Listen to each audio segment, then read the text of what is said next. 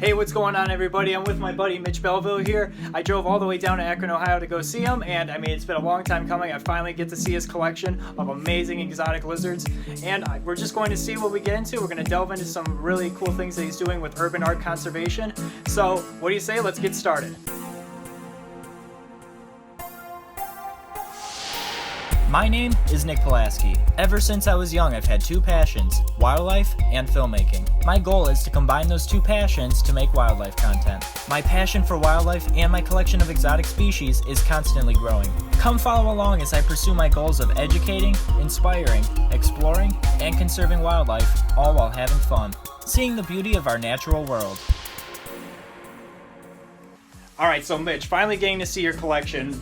Tell us a little about it yourself and how you got into the reptile hobby. Yeah, definitely. I've always loved reptiles. You know, my mom has always brought reptiles over. You know, we've always had them in the house, frogs, amphibians. We've had snakes, all kinds of stuff. So, awesome. You know, her family's always been around reptiles. My dad has always loved reptiles too.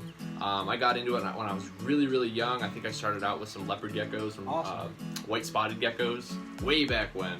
I started breeding leopard geckos and African fat tails, a couple species from Madagascar. Cool. Then I really got into the endangered species, like Abronia. They're fun.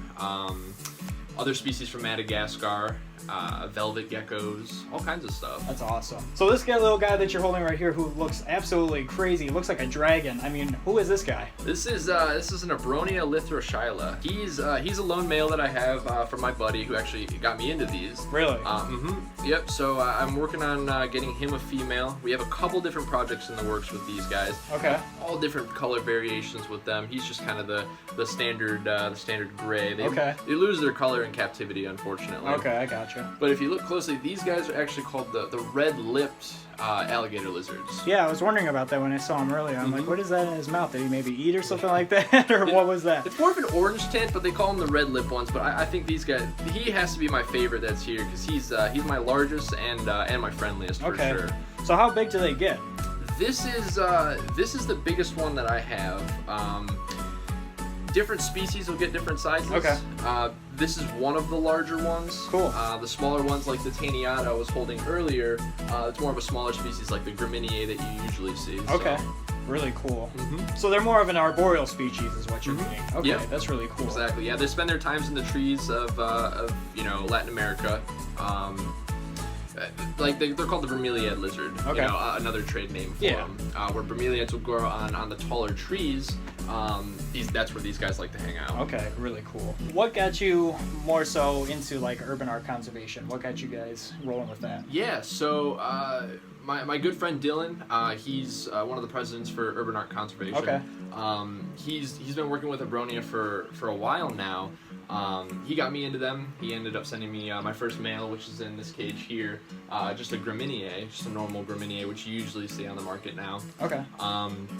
After he sent me him, I fell in love. You know, I couldn't tell you how I felt about him. And then I started getting into the different species that they have for the genus, and they all mesmerized me. I think they're very inquisitive species. Cool. And the fact that they're endangered is something that really highlighted them to me. So now you're saying they're in danger. What's the reason they're endangered? So deforestation in Mexico right now is a big problem. Okay. All over South America and Latin America, they're having these problems. These guys come out of Latin America, and the farmers down there who are farming, they have a superstition about these animals where they believe that they're poisonous or venomous, and people kill them. Okay. So that's another big reason why these guys are endangered. Oh, okay. The big problem with them right now is that they're CITES animals. We can't export them out of Mexico, their natural habitat. Yeah. So we're working with stopping these illegal imports into the states, out of Mexico for that matter. For the black market. Exactly. Yep. So that one, if people do get their hands on them, they know how to take care of them. That's our big educational aspect of it. Absolutely. The other thing is obviously because it's illegal, you can't do that. So with us working with these animals, we have zoos lined up to actually take the really? Offspring. Yeah, that's awesome. The offspring of these amazing animals, so that they can prolong the life wildlife, at least in captivity. Okay. So they don't go extinct. That's awesome. All right, so you brought out this cool little guy. What's so special about him? So she is one of only a few in America right now. Her variation. Okay. She's from a female that looks almost identical to her, where she's almost nearly all purple.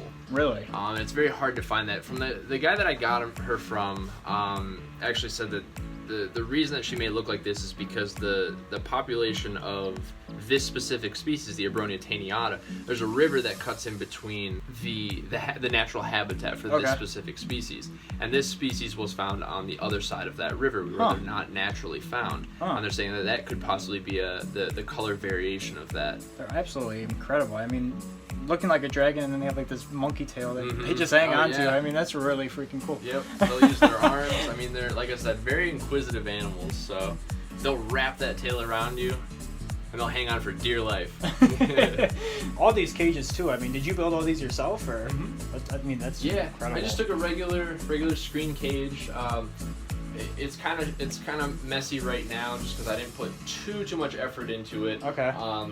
As background wise. Now, have they been showing like any kind of like natural traits through like all these like natural setups and stuff like that? Yeah. So the biggest thing that you'll notice with the wild caught specimens is a very high yellow color. Okay. The yellow coloration comes from like natural UV lighting and a specific diet that they're eating in the wild. Okay.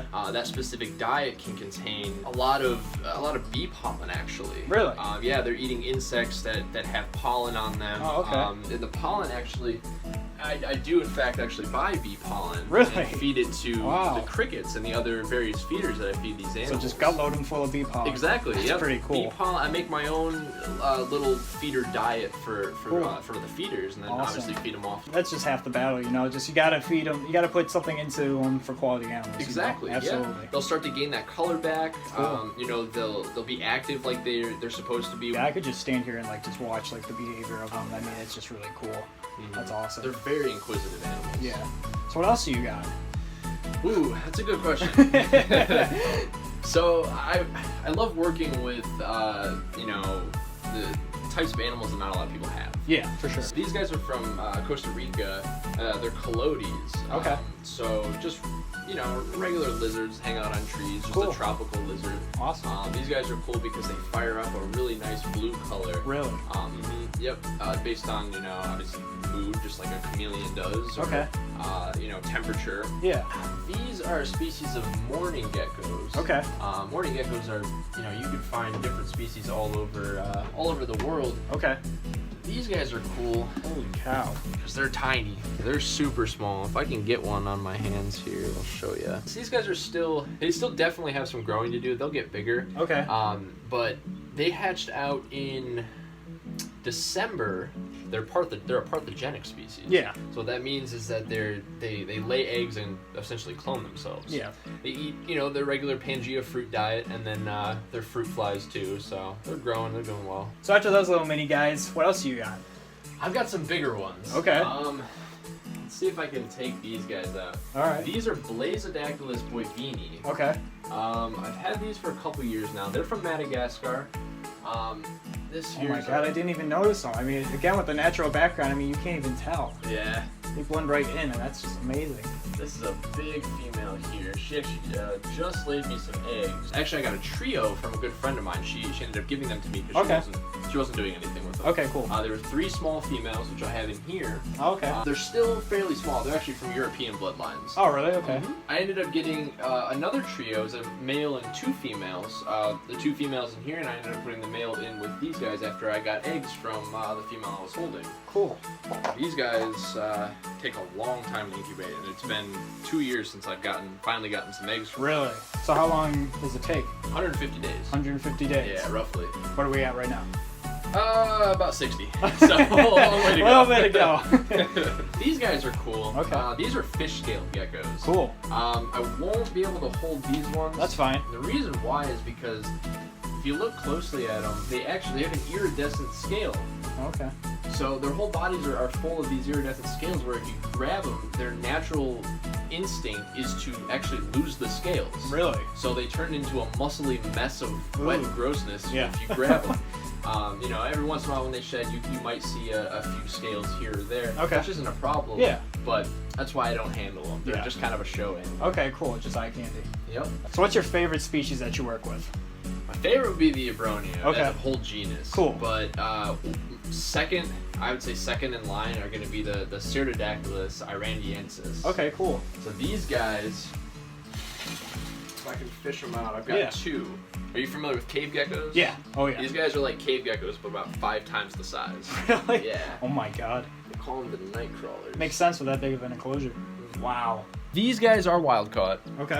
You know, I recently acquired them. Cool. So their condition obviously isn't up to par. Okay. I'm working on getting them obviously more acclimated to captive environments. Cool. They call these the bow-fingered geckos. Really? Yeah. They've got bowed fingers. Oh, okay. Yeah, little claws on them. Cool. Now these guys, the only thing I don't like about these guys is that they are completely nocturnal. They're my only species here that I will never see during the day. They will only be out here when it's out of their hiding spot when it's pitch black in here. But yeah, I've wanted these guys for years and years and years now, and I would have rather not purchased a wild caught pair. There's really no one out there that's taking the time to breed them. Okay. Or that I know of that has like captive bred babies. Okay. So if I come across that, great. I would love to purchase some captive bred babies, but at the time I thought it was a good idea, and they seem to be doing very well. So yeah, I mean they look incredible. Yeah, that's awesome. Definitely with one of that my favorites. enclosure too. I mean, you're definitely putting the work into it. Yeah, that's really cool. And they're a very, very humid species too. So these guys, it stays very, very humid in this room. You know, because I spray it down at night and then shut the lights off. Oh yeah. So the humidity is just it's almost feels like a rainforest when I walk in here, and that's what these guys like. So they're one of the only species that I spray down like multiple times a day. I have to continuously keep this sopping wet in there. Awesome. So their upkeep is definitely not for a beginner keeper. You know, because of the amount of upkeep that you have to do with them. Okay. They're very fun. Finally, about time that I finally saw your collection after all these years of being friends. It's just incredible how it's evolved through pictures that I've seen and stuff like that to all these naturalistic setups. And I mean, you're working with some really amazing projects. I'm really excited for you and all the stuff with the conservation. It's just amazing. So where can we find, speaking of the conservation, where can we find Urban Art Conservation? Urban Art Conservation, we have a Facebook page. Cool. Definitely recommend liking it. We post all kinds of different things of, anything related to conservation. Cool. Humanitarian efforts, as fun well as facts and stuff. Yeah, cool. Awesome. definitely. Absolutely. I'll leave a link down in the description as well, as to his Instagram as well. And we have a website which we just pretty much finalized. We're going to be doing a lot of promotional activities throughout different stores, commercial stores. Awesome. So we can get more people aware of not only just the animal aspect of it, but the humanitarian efforts as well. So that's really amazing. Well, thank you. Thank you to these little guys. I mean, they look like action figures, don't they? I mean, they're just so freaking cool. Honestly, I love Abronias. I mean, just an incredible species. But thank you again for watching this video. I hope you guys enjoyed it. Let me know what you guys think down in the comments down below. Like the video and subscribe to the channel. I would greatly appreciate it. And until next time, we'll see you guys.